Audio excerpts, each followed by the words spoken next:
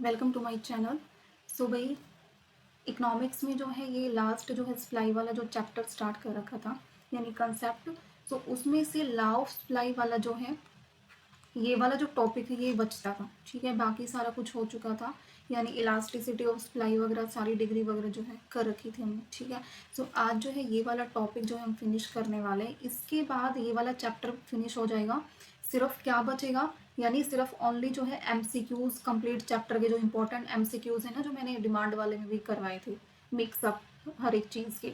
सो वो वाले बच जाएंगे, वो क्लास भी मैं ले लूँगी एक दिन। ठीक है, फिर आपका ये कंप्लीट हो जाएगा पूरा जो ये है ना, वो टॉपिक दे रखा था लॉ ऑफ डिमांड और सप्लाई वाला फिनिश हो जाएगा। ठीक है, सो भी करते हैं स्टार्ट करने से पहले जिसने जो है ज्वाइन नहीं किया है भाई, ज्वाइन कर लो जो है टेलीग्राम ग्रुप को। डिस्क्रिप्शन में भी लिंक गिवन है। जो कोई भी नया कनेक्ट हो रहा है जिसको पता नहीं है, सो डिस्क्रिप्शन में जो है लिंक गिवन है, वहाँ से जो है आप देख लेना और ज्वाइन कर लो, ताकि जो है आपको कोई भी नई अपडेट्स वगैरह है वो आपको मिल सके। ठीक है भाई, सो करते हैं स्टार्ट। यानी लॉ ऑफ सप्लाई और लॉ ऑफ डिमांड, हमने दोनों चीज लॉ ऑफ डिमांड देखा था। उसमें लॉ ऑफ डिमांड में क्या चीज देखी थी भाई, लॉ ऑफ डिमांड में क्या देखा था कि जैसे ही प्राइस इंक्रीज हो रहे हैं, डिमांड क्या हो रही है भाई, डिक्रीज हो रही है। ठीक है, जैसे ही प्राइस डिक्रीज हो रहे हैं, डिमांड क्या हो रही है, इंक्रीज हो रही है। सो ये था law of demand. But law of supply में क्या है, थोड़ा सा ये क्या है, बिल्कुल इसके अलग है। यानी इन दोनों के बीच में नेगेटिव रिलेशन था, और इन दोनों के बीच में क्या है भाई, लॉ ऑफ सप्लाई में पॉजिटिव रिलेशन है। यानी ये देखो, जैसे ही प्राइस जो है इंक्रीज हो रहे हैं, जो है सप्लाई क्या हो जाती है, वो भी क्या हो जाती है, इंक्रीज हो जाती है। दोनों क्या होते हैं, इंक्रीज होते हैं, पॉजिटिव इसको बोल लेंगे। ठीक है, यानी प्राइस इंक्रीज होंगे ना, तो सप्लाई ऑटोमेटिकली क्या हो जाएगी, इंक्रीज हो जाएगी। जैसे ही प्राइस डिक्रीज होंगे, जो सप्लाई है वो भी क्या हो जाएगी भाई, डिक्रीज हो जाएगी। सो ये है लॉ ऑफ डिमांड। और लॉ ऑफ डिमांड में क्या है कि और सारी चीजें जो है भाई क्या रहेंगी, रिमेनिंग कांस्टेंट रहेंगी। क्या रहेंगी, रिमेनिंग कांस्टेंट रहेंगी। बट जो चेंज आएगा, वो चेंज आएगा किस चीज में, चेंज आएगा प्राइस में, चेंज आएगा किस में, चेंज आएगा प्राइस में, चेंज आएगा। प्राइस के चेंज होने से जो क्वांटिटी सप्लाई है उसमें भी चेंज आएगा, वो भी क्या हो जाएगी भाई, इंक्रीज हो जाएगी। यानी दोनों चीजें क्या हो जाएंगी, इंक्रीज हो जाएंगी। अगर प्राइस डिक्रीज हो रहा है तो सप्लाई भी क्या हो जाएगी, डिक्रीज हो जाएगी। यानी अदर जो चीजें हैं वो सारी क्या रहेंगी, कांस्टेंट रहेंगी। और इस चीज को क्या बोलते हैं भाई, सिट्रस पैरिबस जो है इसको बोलते हैं। यानी और चीजें कांस्टेंट रहती है, other things, but the price change, supply जो है वो भी क्या हो जाती है, चेंज हो जाती है। सो ये है लॉ ऑफ सप्लाई। यानी यहाँ पे भी मैंने डाल रखा है कि जैसे ही प्राइस इंक्रीज तो सप्लाई क्या हो जाती है, वो भी इंक्रीज। यानी दोनों में पॉजिटिव है। और अपवर्ड डायरेक्शंस और लेफ्ट टू राइट क्या है, क्या बोलेंगे, upward direction left to right जो है, यानी प्राइस डिक्रीज तो सप्लाई भी क्या हो जाती है, डिक्रीज हो जाती है। और ये ऐसा क्यों होता है, क्योंकि जो सेलर है वो मोटिवेट होते हैं। कब मोटिवेट होते हैं, जब प्राइस ज़्यादा होते हैं, कि उनको पता होता है कि जब प्राइस ज़्यादा होंगे ना, उनका प्रॉफिट तभी जो है इंक्रीज होगा प्राइस के ज़्यादा होने से। सो ये है भाई लॉ ऑफ सप्लाई। उसके बाद क्या है, इसके बारे में और चीज़ ये हिंदी में गिवन है भाई, जिसको करना हो। उसके बाद क्या है, ये दे रखा है डायग्राम। यहाँ देखो डायग्राम में, देखो प्राइस जो है आपके 10 से स्टार्ट हो रखे हैं, 10 से स्टार्ट हो रखी है, फिर 20, 30, 40, 50 तक है। बट देखो सप्लाई 10 पे जो है सप्लाई कितनी थी भाई, 5 थी। ठीक है, जैसे ही प्राइस इंक्रीज हुए, सप्लाई क्या होगी, 5 से 10 होगी, यानी ये भी क्या होगी, इंक्रीज होगी। यहाँ से देखो ये जो है इंक्रीज होती जा रही है 5, यानी क्वांटिटी सप्लाई 5, प्राइस पे इतनी। जैसे ही प्राइस 20 हुए, ये भी 10 होगी, ये 30 हुए, ये 15 होगी। सो जैसे जैसे जो है प्राइस इंक्रीज होते जा रही है, जो सप्लाई है वो भी क्या होती जा रही है भाई, इंक्रीज होती जा रही है। सो ये है लॉ ऑफ सप्लाई। यानी दोनों में जो पॉजिटिव है वो चीज होती जा रही है। उसके बाद है, यानी इनमें क्या होता है भाई, डायरेक्ट रिलेशनशिप होता है। यानी लॉ ऑफ सप्लाई में क्या होता है, डायरेक्ट रिलेशन किसके बीच में, प्राइस और सप्लाई के बीच में। यानी प्राइस इंक्रीज तो सप्लाई भी इंक्रीज हो जाएगी। यानी दोनों के बीच में डायरेक्ट रिलेशन है, पॉजिटिव रिलेशन बोल सकते हो, अपोजिट रिलेशन नहीं है। और लॉ ऑफ डिमांड में क्या देखा था, उनमें अपोजिट रिलेशन था, इनडायरेक्ट रिलेशन बोल सकते हो। और जो है, जो क्या थी डिमांड, दोनों में प्राइस के इंक्रीज होने से डिमांड क्या हो रही थी, डिक्रीज हो रही थी। बट ये दोनों ही डायरेक्शन में एक तरफ मूव करते हैं। जैसे ही वो इंक्रीज होगा ये भी इंक्रीज होगी, ये डिक्रीज होगा ये भी डिक्रीज होगी। ठीक है, और अदर फैक्टर्स जितने भी होते हैं, फॉर एग्जाम्पल टेक्नोलॉजी हुई, या कॉस्ट हुई, या वेदर हुआ, या ये रिमेनिंग क्या रहते हैं भाई, अनचेंज्ड रहते हैं। अदर फैक्टर्स जो कॉन्स्टेंट रहते हैं सारी चीज। ठीक है, ये चेंज नहीं आता इनमें। और क्या पॉजिटिव अगर पूछ लिया जाए कि लॉ ऑफ सप्लाई में जो स्लोप होता है सप्लाई का, वो कैसे होता है, यानी ये सप्लाई है, इसका जो स्लोप होता है क्या होता है भाई, पॉजिटिव होता है। ये सप्लाई का स्लोप है, ये क्या होता है, हमेशा पॉजिटिव होता है, क्योंकि ये अगर प्राइस इंक्रीज है सो क्वांटिटी भी इंक्रीज होती है, प्राइस अप हो गया सो क्वांटिटी भी क्या हो जाती है, अप हो जाती है। सो दोनों में क्या है, पॉजिटिव स्लोप इसको बोलेंगे और अपवर्ड स्लोपिंग सप्लाई कर्व जो है बोलेंगे। ठीक है भाई। उसके बाद नेक्स्ट क्या है, यानी इसमें जो है कौन सी अजम्पशंस है, इसमें भी जो है अजम्पशंस है जो यूज की गई है। अजम्पशंस में क्या है कि इसमें कोई भी प्राइस ऑफ द फैक्टर में प्रोडक्शन में चेंज नहीं होगा, there is no change in the price of the factor of production. और फैक्टर ऑफ प्रोडक्शन में क्या क्या आता है भाई, लैंड, लेबर, कैपिटल, एंटरप्रेन्योर, ये सारे क्या होते हैं, फैक्टर ऑफ प्रोडक्शन, जो फैक्टर ऑफ प्रोडक्शन में यूज किए जाते हैं। सो इनमें कोई भी चेंज नहीं आता, ये क्या है, अजम्पशंस। फिर है टेक्निक ऑफ प्रोडक्शंस में भी नो चेंज, इसमें भी कोई चेंज नहीं आता, ये भी क्या है, assumptions of law of supply. ठीक है। और क्या है, जो फर्म का जो गोल है, उद्देश्य क्या है, उसका ऑब्जेक्टिव जो है, उसमें भी नो चेंज, उसमें भी कोई चेंज नहीं आता। उसके बाद there is no change in the price of related goods, यानी प्राइस ऑफ रिलेटेड गुड्स यानी कौन से थे, price of related goods, substitute goods और कॉम्प्लीमेंट्री जो गुड्स थे, ये बोल रखा है कि price of the related goods there is no change, उनमें भी कोई चेंज नहीं आता। और there is no change in the price of the commodity in the near future, future में कोई भी प्राइस यानी कमोडिटी जो है, गुड्स जो है, उसके प्राइस में भी कोई चेंज नहीं आता। और जो गवर्नमेंट की जो पॉलिसीज है, जो प्रोडक्शन प्राइस से रिलेटेड है, वो भी क्या रहती है भाई, कांस्टेंट रहती है, उसमें भी कोई चेंज नहीं आता। ठीक है। सो ये क्या है भाई, अजम्पशंस की है किसकी, लॉ ऑफ सप्लाई की। फिर करते हैं एक्सेप्शंस, यानी उसकी भी देखी थी ना हमने, हिंदी में बोलते हैं इनको अपवाद। क्या बोलते हैं भाई, अपवाद इनको बोलते हैं, यानी भविष्य, फर्स्ट देखने वाले भविष्य की अपेक्षाएं बोलते हैं, फ्यूचर एक्सपेक्टेशन क्या बोलेंगे, भविष्य की अपेक्षा, अपेक्षाएं। ठीक है। सो इसमें क्या है भाई, जो सेलर होता है वो क्या करता है, वो इसी में मैं आपको क्लियर कर दूंगी डायग्राम में, आगे जाके एक्सप्लेनेशन दे रखी है, बट आप यहीं पे समझ लो, जितना जो भी है मैं यहीं पे बता दूंगी। ठीक है। यानी फ्यूचर एक्सपेक्टेशंस वाला पॉइंट क्या है, यानी जो सेलर है वो क्या एक्सपेक्ट करता है कि फ्यूचर में, जो प्राइस है वो क्या होने वाले हैं भाई, इंक्रीज होने वाले। ठीक है। उसने एक्सपेक्ट किया, अब एक्सपेक्ट करने के बाद वो क्या करेगा, प्रेजेंट में क्या करेगा, जो सप्लाई है वो क्या कर देगा भाई, विद होल्ड रख देगा, रोक देगा, जो सप्लाई है वो क्या कर देगा, रोक देगा, क्या कर देगा, रोक देगा, कम कर देगा। और इसको सप्लाई को कब इंक्रीज करेगा, जब करंट प्राइस जो है क्या होंगे, इंक्रीज होंगे। हुआ क्लियर। फ्यूचर एक्सपेक्टेशन में जो सेलर है वो फ्यूचर में क्या एक्सपेक्ट करता है कि फ्यूचर में प्राइस जो इंक्रीज होने होंगे, सो प्रेजेंट में वो सप्लाई को रोक देता है कि फ्यूचर में जब प्राइस इंक्रीज होंगे वो जब सप्लाई को क्या करेगा, इंक्रीज करेगा। यानी अब बेशक प्राइस थोड़े बहुत भी इंक्रीज हो रहे हैं ना, सो अपनी सप्लाई को रोक देगा, वो सोच रहा है कि और ज्यादा इंक्रीज होंगे। होता है ना ऐसे ही, कोई भी फसल वगैरह है, गेहूं वगैरह की, कि अभी नहीं उनको सेल कर रहे, वो जो है थोड़ा सा कौन सा टाइम आएगा कि सर्दियों के टाइम में जो है, जब उनकी जो है फसल नहीं होती, उस टाइम पे उनकी ज़्यादा सेल, मीन्स उनका प्राइस ज़्यादा होगा, उस टाइम पे ज़्यादा वो सेल करेंगे। ठीक है। होता है ना ये सब। सो यही चीज़ इसमें है। उसके बाद क्या है, एग्रीकल्चर गुड्स। एग्रीकल्चर गुड्स वाला पॉइंट जो है, इसमें क्या मीनिंग है इसका, यानी एग्रीकल्चर गुड्स यानी कृषि वाले जो है इसको बोल देंगे। इसमें जो है सप्लाई जो है ना एग्रीकल्चर गुड्स की, वो डिपेंड करती है नेचुरल फैक्टर, किस पे डिपेंड करती है, नेचुरल फैक्टर पे डिपेंड करती है, जैसे रेनफॉल हो गया, और क्या हो गया, क्लाइमेट, ये सारी चीज होगी। तो ये चीजें इफेक्ट करेंगी कि भले प्राइस राइज हो जाए, बट वो सप्लाई जो है ना, वो इस रीजन से वो इंक्रीज नहीं कर पाते। प्राइस तो इंक्रीज होंगे, बट सप्लाई जो है इंक्रीज कब होगी इंक्रीज, जब जो है नेचुरल फैक्टर्स अफेक्ट नहीं करेंगे। फॉर एग्जांपल अब बारिश थी, तो अब जो है कौन से एरिया में ज़्यादा बारिश हुई है, यानी हरियाणा पंजाब में ज़्यादा बारिश हुई है, इतनी ज़्यादा जो है पानी से वो जो है सारी फसल वगैरह वो सब कुछ खराब हो गया है। तो भले ही प्राइस इंक्रीज हो जाए, तो फार्मर्स कहाँ से जो है सप्लाई करेंगे, नहीं कर पाएंगे ना। सो ये चीज़ें जो है भाई, एक्सेप्शन है किस चीज़ का, लॉ ऑफ सप्लाई का, कि प्राइस इंक्रीज होने से भी जो सप्लाई है वो इंक्रीज नहीं होती। ये फैक्टर्स हैं।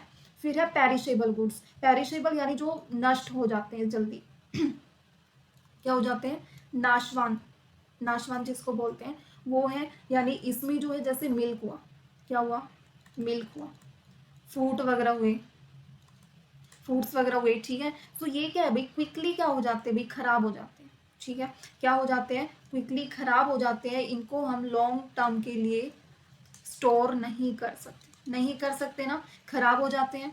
तो इसमें जो है वो क्या करते हैं कि इसका जो है कोई भी इफेक्ट नहीं पड़ता, उनको जो है वो कम प्राइस पे भी सेल करने पड़ जाते हैं, कम प्राइस पे भी ज़्यादा सप्लाई करनी पड़ जाती है, क्योंकि वो तो जब आगे वाला टाइम आएगा 3 और 4 डेज बाद, वो क्या हो जाते हैं, खराब हो जाते हैं, क्या हो जाते हैं, खराब हो जाते हैं। तो इस वजह से क्या है भाई, पेरिशेबल जो गुड्स हैं, यानी प्राइस उनको पता भी हो ना कि फ्यूचर में प्राइस इंक्रीज होंगे, बट वो अपनी सप्लाई को रोक नहीं सकते। वो क्या करेंगे, अपनी सप्लाई ज़्यादा करेंगे, फ्यूचर के लिए नहीं रोक सकते। तो इसका भी प्राइस पे कोई इफेक्ट नहीं पड़ता, सप्लाई पे। फिर क्या है, रेयर आर्टिकल्स। रेयर आर्टिकल्स में कौन सी चीज़ें, जैसे कॉइन वगैरह, पेंटिंग्स वगैरह होगी, यानी पुराने ओल्ड कॉइन, क्या होगी, ओल्ड कॉइन हो गए, पेंटिंग्स वगैरह होगी। इनमें क्या है भाई, इनमें जो है सप्लाई जो है इंक्रीज नहीं कर सकते, भले ही प्राइस इंक्रीज हो जाए, बट जो सप्लाई है वो इंक्रीज नहीं कर सकते, क्योंकि इतनी ज़्यादा ओल्ड चीज़ें कहाँ से लेके आएंगे। सो रेयर आर्टिकल्स हैं ये, इतने ज़्यादा जो है इनकी सप्लाई नहीं हो सकती, जितना अमाउंट में जितना जो है वही होगा।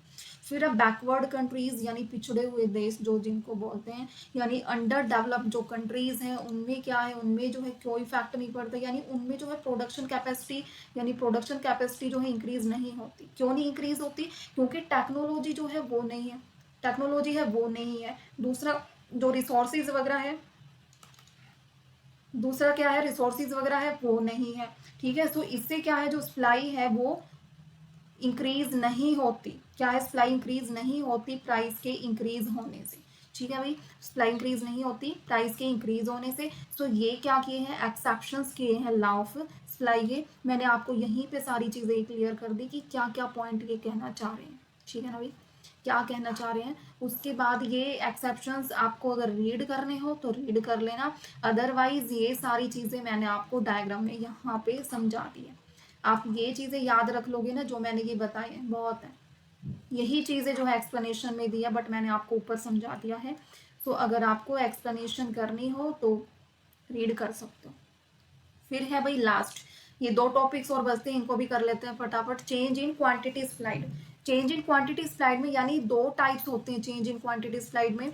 यानी फर्स्ट क्या है, फर्स्ट क्या है, एक्सटेंशन ऑफ सप्लाई, यानी सप्लाई का इंक्रीज होना। फिर क्या है, कॉन्ट्रैक्शन ऑफ सप्लाई, यानी सप्लाई का डिक्रीज होना। और वो कैसे डिक्रीज हो रहा है भाई, वो कैसे डिक्रीज हो रहा है सप्लाई का, यानी जैसे इसमें क्या होता है भाई, और सारी चीजें है ना, मीन्स देखो प्राइस जो है, प्राइस से रिलेटेड, यानी मैंने डिमांड में भी आप लोगों को करवाया था ना, यानी इसमें किसका चेंज होगा, प्राइस का चेंज होगा। किसका चेंज होगा भाई, प्राइस का चेंज होगा, बट अदर जो फैक्टर होंगे, अदर्स फैक्टर्स, वो क्या रहेंगे, कांस्टेंट रहेंगे। क्या रहेंगे भाई, कांस्टेंट रहेंगे। प्राइस के चेंज होने से सप्लाई में चेंज आएगा। जैसे प्राइस 1 है फिर 5 है, सप्लाई कितनी हो जाएगी, पहले 1 थी फिर इंक्रीज होके 5 प्राइस के इक्वली होगी। सो डायग्राम में देखोगे, डायग्राम में क्या है कि पहले जो है प्राइस यहाँ पे थे, प्राइस यहाँ पे थे, बट प्राइस इंक्रीज हुए तो क्या हुआ, ये सप्लाई जो है वो भी इंक्रीज हो रही है। सो ये है, ये कहाँ मूव कर रहा है भाई, अपवर्ड जो है मूव कर रहा है। इसको क्या बोलते हैं, एक्सटेंशन ऑफ सप्लाई, ठीक है। यानी ये क्या कर रहा है भाई, मूवमेंट कर रहा है।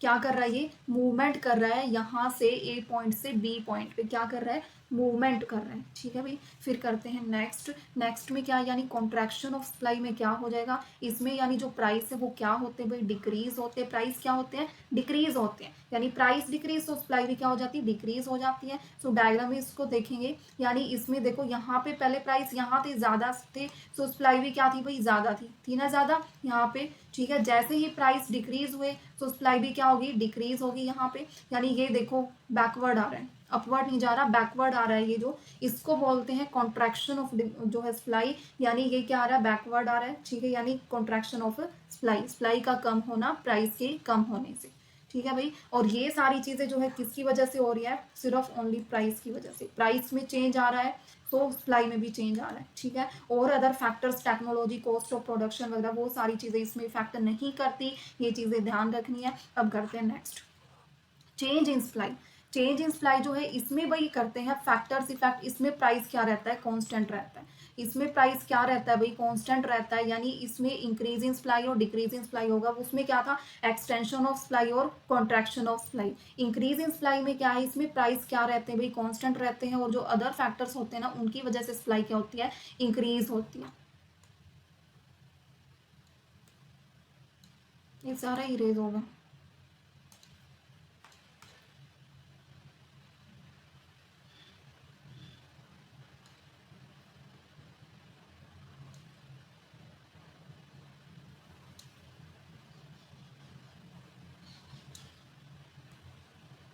ठीक है भाई, तो करते हैं इसमें।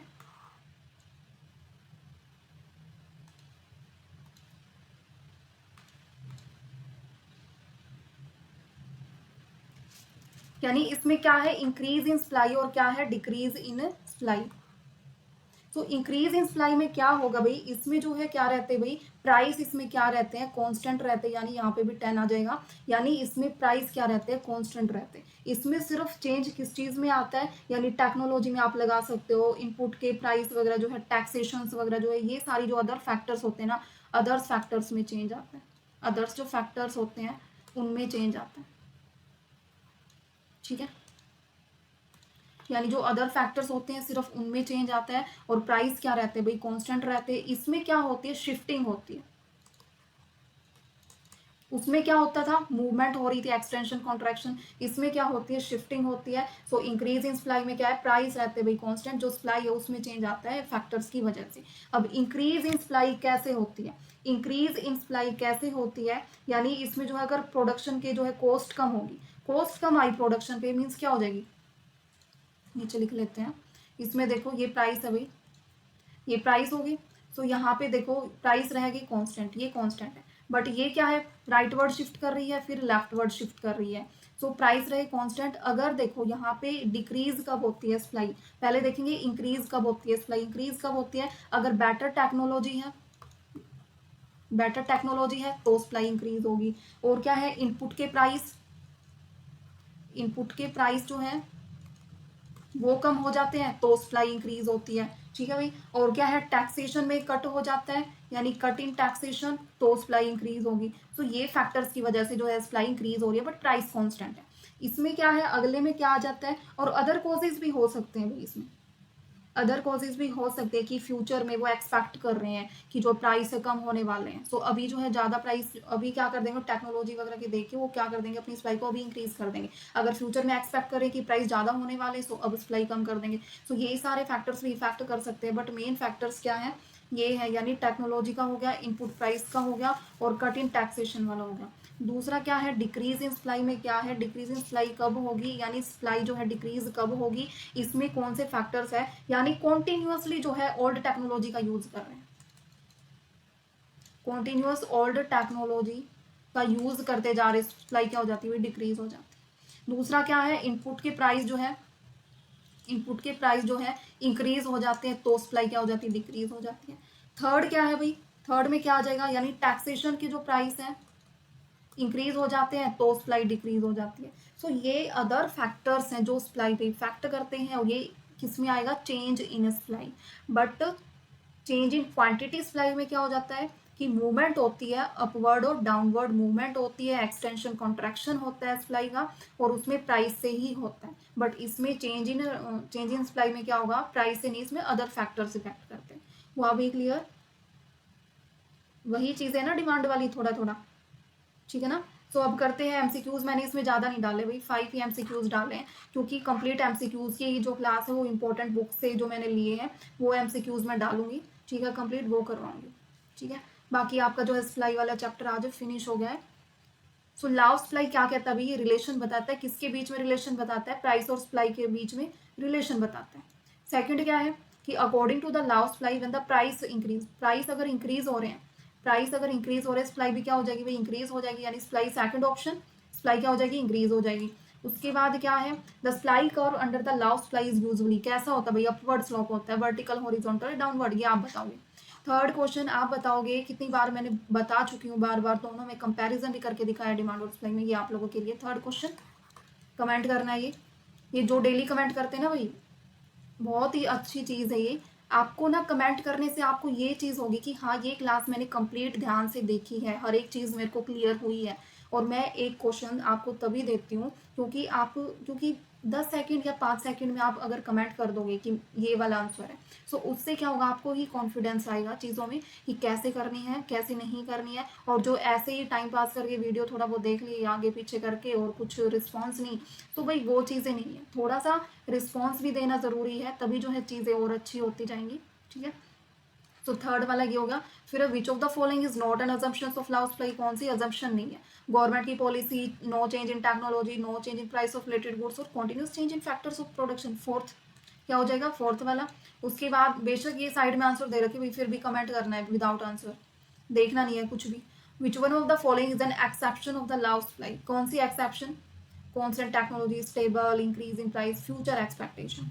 क्या हो जाएगा भाई? फ्यूचर एक्सपेक्टेशंस जो है इसका आंसर हो जाएगा, बताया था ना, फर्स्ट ही थी ये।